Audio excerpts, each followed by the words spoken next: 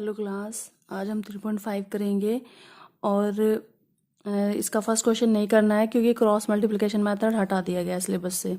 और इसके third question में भी क्रॉस मल्टीप्लिकेशन वाला पार्ट आपको छोड़ देना है, ये पूरा मेथड ही सिलेबस से हट गया है। सेकंड क्वेश्चन से स्टार्ट करेंगे। For which value of a and b does the following pair of linear equation have infinite many solutions. तो इनफाइनाइट मैनी सॉल्यूशंस के लिए आपको पता होना चाहिए कि आपके पास सिचुएशन होती है a1/a2 equals to b1/b2 equals to c1/c2। आपने पेज नंबर 46 पर पहले भी पढ़ा है कि इनफाइनाइट मैनी सॉल्यूशन कब होते हैं, जब आपका a1/a2 equals to b1/b2 equals to c1/c2 होता है, मतलब लाइन कोइंसिडेंट करती है, एक दूसरे के ऊपर होती है, तब आपका इनफाइनाइटली मैनी सॉल्यूशंस होते हैं। और इस चैप्टर में से 3 से 4 क्वेश्चन बन जाएंगे। ग्राफ वाला क्वेश्चन आएगा, एक इस तरह क्वेश्चन आ जाएगा और एक आपकी वर्ड प्रॉब्लम आ जाएगी। ठीक है, इस तरह से आपके चैप्टर इंपॉर्टेंट है। अब यहाँ पर आप इस क्वेश्चन को उतार लो। पहले क्वेश्चन उतार लिया मैंने। यहाँ पर a1/a2 b1/b2 c1/c2 सारा कुछ फाइंड करना है मुझे।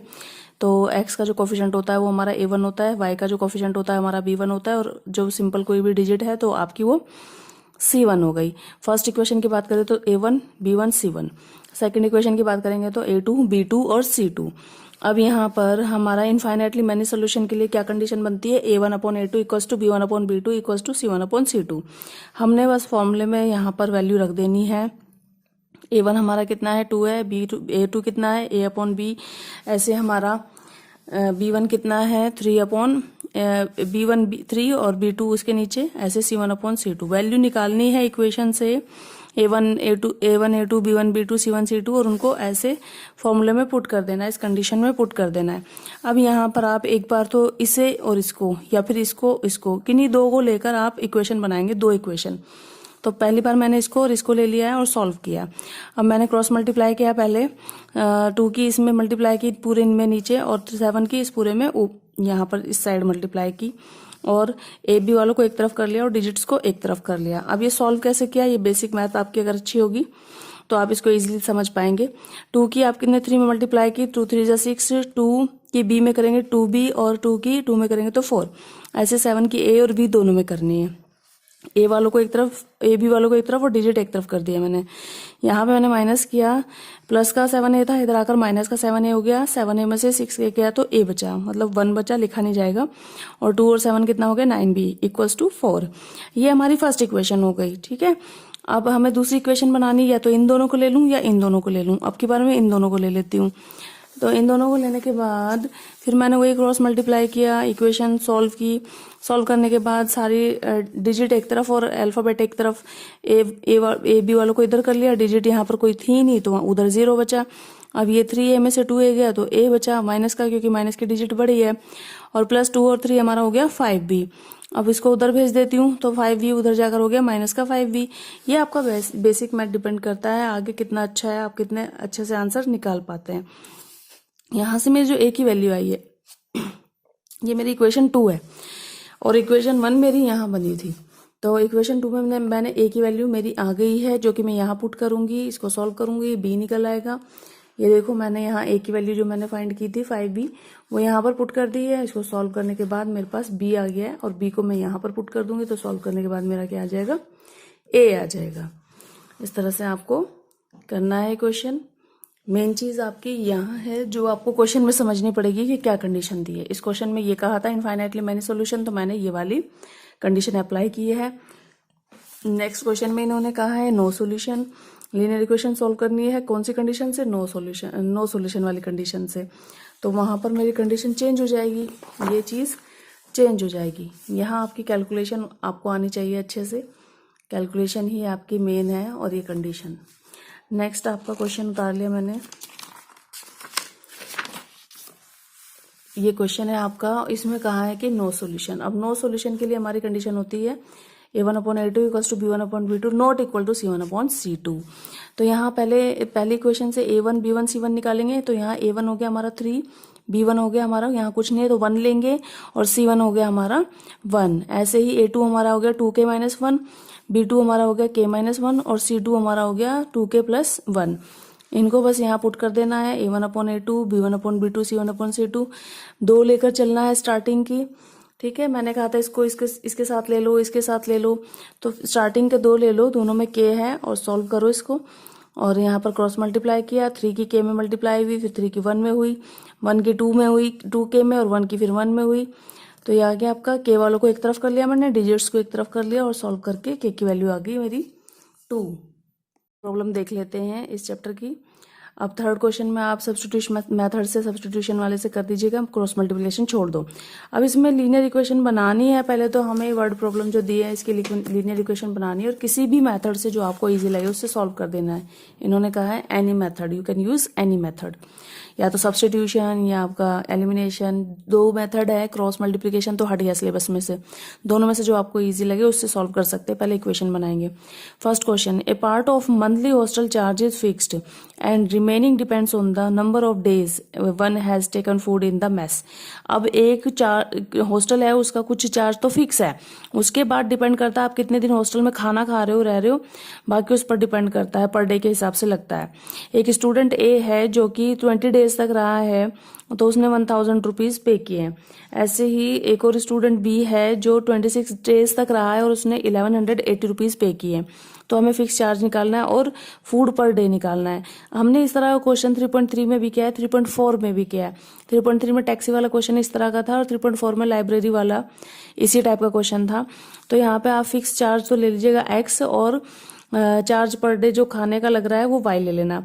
जब x प्लस कितने दिन रहा, 20 डेज रहा, तो 20 डेज का खाने का खर्चा कितना हुआ, 20 इंटू वाई, तो x plus 20y equals to 1000। एक तो इक्वेशन ये बन जाएगी। दूसरी हमारी बनेगी x plus 26 days, x plus 26 into y equals to 1180। मतलब x तो दोनों में फिक्स है, यहाँ भी और यहाँ भी, बाकी डिपेंड करता है कि y दिनों तक y रुपीज पर डे के हिसाब से कितना चार्ज बैठा। तो वो आप 20 इंटू वाई करके यहाँ पर ऐड कर देंगे x में, और 26 इंटू वाई करके x में दूसरी वाले में ऐड कर देंगे। और अब सेकंड क्वेश्चन भी हम इस तरह का कर चुके हैं पहले, फ्रैक्शन वाला। एक फ्रैक्शन है जो कि 1/3 हो जाता है अगर आप 1 सब्ट्रैक्ट करो उसके न्यूमरेटर में से, सिर्फ न्यूमरेटर में से 1 सब्ट्रैक्ट करना है। तो आप फ्रैक्शन के न्यूमरेटर x मान लोगे, डिनोमिनेटर y मान लोगे, फ्रैक्शन बन जाएगा x/y। जब आप न्यूमरेटर मतलब ऊपर वाले में से x में से 1 माइनस करोगे तो x minus 1/y equals to 1/3। एक इक्वेशन यहाँ से बनेगी, क्रॉस मल्टीप्लाई करके सॉल्व कर लेना। और दूसरी इक्वेशन यहाँ से बनेगी, अगर आप सिर्फ डिनोमिनेटर में 8 जोड़ेंगे तो फ्रैक्शन बिकम्स 1/4। तो x ऊपर ऐसे ही रहेगा और y प्लस 8 हो जाएगा इक्वल्स टू 1/4। क्रॉस मल्टीप्लाई करके इक्वेशन बनाओगे, एक्स वाई की वैल्यू फाइंड आउट करोगे और फिर फ्रैक्शन में रखोगे जो कि आपका x/y है, तब आपका आंसर फाइनल आएगा। थर्ड क्वेश्चन देखो आप, Yash score 40 marks in a test. Yash ने 40 मार्क्स उसे मिले हैं किसी टेस्ट में, getting 3 marks for each right answer and losing 1 mark for each wrong answer. उसे हर सही आंसर के लिए 3 मार्क्स मिले हैं और हर रॉन्ग आंसर के लिए 1 मार्क उसका कट गया है। और अगर उसे 4 मार्क्स मिलते सही आंसर के और 2 मार्क्स कटते उसके गलत आंसर के, तब यश को मिलते 50 मार्क्स। इस तरह की 2 कंडीशंस हैं। How many questions were there in test में क्वेश्चन कितने थे हमें ये निकालने हैं। तो हम अगर मान लेते हैं कि यश के करेक्ट नंबर ऑफ क्वेश्चंस उसने जो किए हैं, correct number of question x है और wrong number of question y है, तो हम x और y फाइंड करके उसको प्लस कर देंगे, उससे हमें पता चल जाएगा कि टोटल नंबर ऑफ क्वेश्चंस कितने थे। तो यहाँ हमने लेट कर लिया है कि let number of correct answers equals to x और number of wrong answers equals to y। तो अगर उसको राइट आंसर के लिए 3 मार्क्स मिल रहे थे तो इतने मार्क्स उसको राइट आंसर के लिए मिले, number of right answer into 3, तो इतने मार्क्स उसको राइट आंसर के लिए मिले। लेकिन अगर 1 मार्क्स कट रहा था हर रॉन्ग आंसर के लिए, तो 1 इंटू वाई मार्क्स उसके माइनस भी हो गए, डिडक्ट भी हो गए, तो उसके टोटल कितने मार्क्स बने, 40 मार्क्स बने। ठीक है, जब 3 मार्क्स 1 क्वेश्चन के लिए मिल रहे थे, नंबर ऑफ क्वेश्चन मान लो उसने 10 ठीक किए, तो 3 इंटू 10 30 हो गए, और मान लो उसका उसमें से डिडक्ट भी हुआ है 1 के हिसाब से 5 डिडक्ट हो गए जितने भी, एग्जाम्पल के तौर पर आप मान लो, तो उसको जितने भी आए माइनस होके वो 40 आ गए। अब यहाँ पर सेम सिचुएशन है कि अगर उसको 4 मार्क्स मिले होते हर राइट आंसर के लिए और 2 मार्क्स कटे होते हर रॉन्ग आंसर के लिए, तो उसके कितने आते? 50 आते। इस तरह से आपके 2 इक्वेशंस आ जाएंगे और इसको आप सॉल्व कर लेना। ठीक है, ये चीज याद रखना, राइट आंसर और रॉन्ग आंसर जो भी एक्स वाई दोनों को निकालकर लास्ट में प्लस भी करना है, तब जाकर टोटल नंबर ऑफ क्वेश्चंस बनेंगे।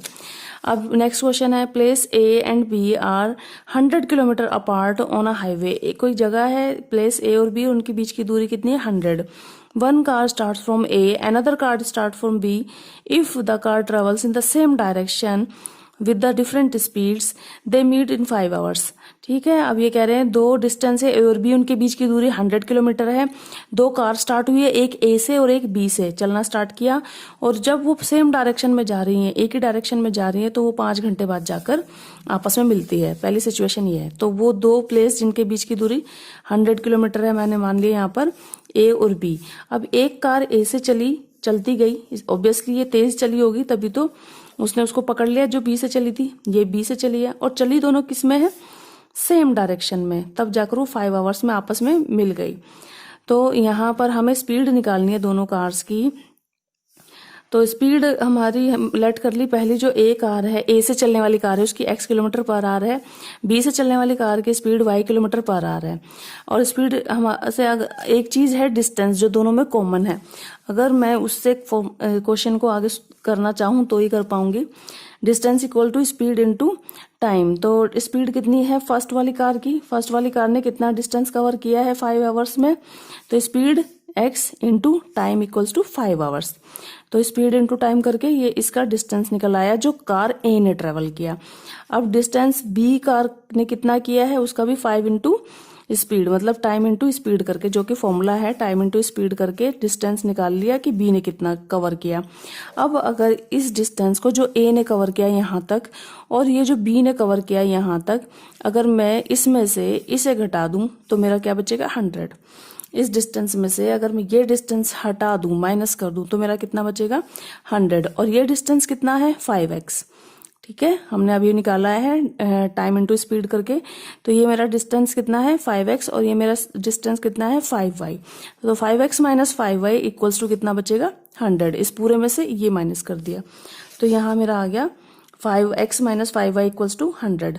अब पूरी इक्वेशन थोड़ी और छोटी हो सकती है, आसान हो सकती है अगर मैं 5 से डिवाइड कर दूं। तो मैंने 5 से डिवाइड कर दिया पूरी इक्वेशन को, तो मेरा हो गया x minus y equals to 100। First equation बन गई है। सेकंड में क्या सिचुएशन है कि अगर वो एक दूसरे की तरफ चलती हैं, अपोजिट डायरेक्शन में चलती हैं, एक यहाँ से चली एक यहाँ से चली और जाकर दोनों मिल गई, तो दोनों ने कितना डिस्टेंस कवर किया? दोनों ने कुल मिलाकर 100 किलोमीटर डिस्टेंस कवर किया। तो अब ए ने कितना डिस्टेंस कवर किया और बी से चलने वाली कार ने कितना डिस्टेंस कवर किया वो निकाल लेते हैं। तो 1 आवर लगा है। Distance travelled by car A in 1 hour कितना होगा? इसकी speed into time, x kilometre. ठीक है, ऐसे distance covered by x kilometre आ गया। डिस्टेंस कवर्ड बाय जो बी से चली है उसने कितना डिस्टेंस कवर किया है, उसका भी आप ऐसे निकालोगे, टाइम इनटू स्पीड करके। टाइम 1 आवर है और स्पीड उसकी y है, तो y हो गया। दोनों ने मिलके कितना डिस्टेंस कवर किया? ये y किलोमीटर आ गया। 1 आवर में इसने y किलोमीटर, 1 आवर में इसमें x किलोमीटर, तो इस दोनों ने मिलके कितना डिस्टेंस कवर किया? x plus y. Distance A वाला डिस्टेंस बी वाला दोनों को मिलाकर कितना कवर किया? टोटल 100। अब ये हमारी फर्स्ट इक्वेशन जो आई थी और ये हमारी सेकंड बनी है। ऊपर नीचे रखो, एलिमिनेशन मेथड से कर दो। एलिमिनेशन मेथड बहुत इजी पड़ता है। यहाँ पर देखो आपके कोफिशिएंट इक्वल है, साइन इक्वल नहीं है, काट दो। अगर कोफिशिएंट इक्वल नहीं होते तो आप x के कोफिशिएंट से इस पूरे को मल्टीप्लाई और इधर x के कोफिशिएंट से इस पूरे को मल्टीप्लाई करते, साइन चेंज करते, फिर काटते। लेकिन यहाँ पर साइन भी चेंज हुए हुए मिल गए, काटना वाटना बस काटने की जरूरत है और कुछ करने की जरूरत नहीं पड़ेगी। दोनों काट दिया तो 2x हो गया इक्वल्स टू 200। अब यहाँ पर आप डिवाइड कर लो। अभी तो सिर्फ x आया है, किसी भी इक्वेशन में रखकर आप y की वैल्यू भी फाइंड आउट कर सकते हैं, और जो कि करनी है क्वेश्चन में। लास्ट क्वेश्चन आपका कह रहे हैं the area of rectangle gets reduced by 9 square units. कोई रेक्टेंगल का एरिया 9 स्क्वायर यूनिट कम हो जाता है अगर लेंथ उसकी कम कर दी जाए 5 यूनिट्स और ब्रेड्थ उसकी बढ़ा दी जाए 3 यूनिट्स। तो आप सबसे पहले तो यही मान लो कि स्टार्टिंग में उसका लेंथ ब्रेड्थ x और y है, लेंथ x है और ब्रेड्थ उसकी y है रेक्टेंगल की। तो इस हिसाब से एरिया क्या निकलेगा, length into breadth equal to x into y square units. अब अगर ये चेंजेस किए जाते हैं कि लेंथ में से 5 माइनस कर दें और ब्रेड्थ में 3 जोड़ दें, तो जो नया एरिया आया लेंथ इंटू ब्रेड्थ करके, जो नया एरिया आया वो पुराने एरिया से 9 कम है। ये एरिया रिड्यूस्ड है, कम है 9 पुराने एरिया से, तो ये ज़्यादा है 9, तो इसमें से आप 9 माइनस कर दो ताकि ये दोनों इक्वल हो जाए, या फिर इस तरफ 9 प्लस कर दो, ठीक है, जो आपको इजी लगे। जो हमारे लेंथ में और ब्रेड्थ में चेंजेस करने के बाद जो नया एरिया आया है वो 9 स्क्वायर यूनिट कम है पुराने एरिया से, पुराना ये है। अब इसमें इक्वल करने के लिए दोनों इक्वेशन को मैंने उधर से 9 माइनस कर दिया ताकि ये दोनों अब एरिया इक्वल हो जाए। यहाँ से आप सॉल्व करो और इक्वेशन को बना लो। x की y में मल्टीप्लाई x y, x की 3 में 3x, 5 की y में 5y, और साइंस वगैरह का सबका ठीक से ध्यान रखो प्लस माइनस का। यहाँ से एक्स वाई कैंसिल हो गए, 3x minus 5y equals to 9 अपनी जगह है, 15 उधर जाएगा तो प्लस का हो जाएगा, 3x plus 5y equals to 6। ये आपकी फर्स्ट इक्वेशन होगी। सेकेंड कंडीशन में क्या कह रहे हैं कि अगर लेंथ को 3 यूनिट और ब्रेड्थ को 2 यूनिट बढ़ा दें, ठीक है, इस बार दोनों को इंक्रीज कर रहे हैं, तो जो एरिया है ना 67 स्क्वायर यूनिट इंक्रीज हो जाएगा, बढ़ जाएगा। तो आपको डायमेंशन निकालनी है रेक्टेंगल की, मतलब वही लेंथ ब्रेड्थ कोई डायमेंशन कह रहे हैं। तो इस वाली सिचुएशन में लेंथ को प्लस कर दो, ब्रेड्थ को भी प्लस कर दो, तो नया एरिया जो आया लेंथ इंटू ब्रेड्थ करके जो नया एरिया आया है वो पुराने एरिया से 67 ज्यादा है, ये इस बार ज्यादा है। तो इक्वल करने के लिए उधर से आप 67 उधर आप ऐड कर दो या इधर से माइनस कर दो 67, दोनों में से जो इजी लगे। अब इसको भी ऐसे ही करो, ये y है, ठीक है, लेंथ में 3 जोड़ा है और ब्रेड्थ में 2 जोड़ा है इस बार। पिछली बार लेंथ में से 5 माइनस किया था और ब्रेड्थ में 3 जोड़ा था।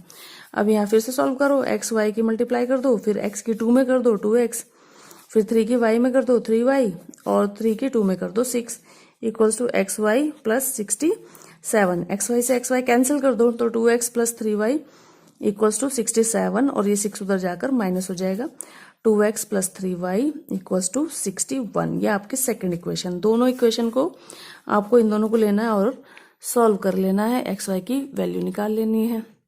जो सारा लॉजिक लगता है वो इसी लाइन में लगता है, एक ये लाइन और एक ये लाइन, इस तरह क्वेश्चन में। ये पुराने एरिया से और नए एरिया से कंपेयर करके किधर प्लस करें या किधर माइनस करें वो चीज़ आप देखा करो। That's it.